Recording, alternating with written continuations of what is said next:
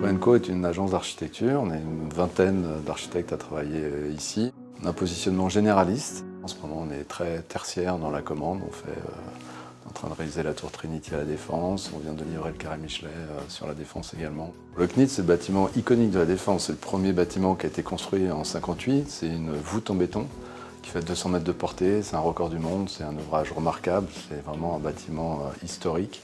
Dans les années 2000, Unibail a racheté l'actif, a lancé un concours auquel on a été associé pour rénover le bâtiment de 86 sous la voûte. Depuis peu, la SNCF a décidé de créer une gare sous le CNIT qui va permettre d'acheminer la ligne E. Et donc le projet dont on s'occupe va être de récupérer les flux de la gare à travers le CNIT pour les redistribuer à l'échelle urbaine sur tous les quartiers alentours.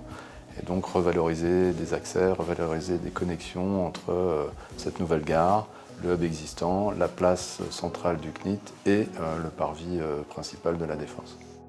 La difficulté, c'est qu'on est dans un ouvrage à part. On a du bureau, du commerce, des congrès expos, espace public, un hôtel. On est avec un bâtiment qui est occupé, avec les activités qui vont continuer de fonctionner pendant les travaux.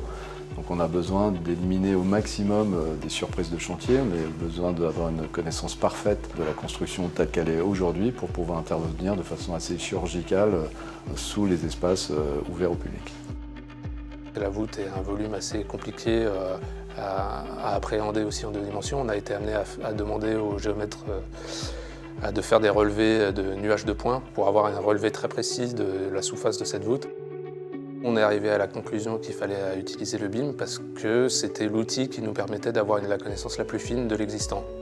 On a eu besoin de mettre en place des outils qui pouvaient être efficients pour se rendre rapidement compte des impacts, notamment structurels, qu'on allait avoir sur notre conception, quelles contraintes on pouvait aménager et quelles contraintes on était obligé d'intégrer dans notre conception.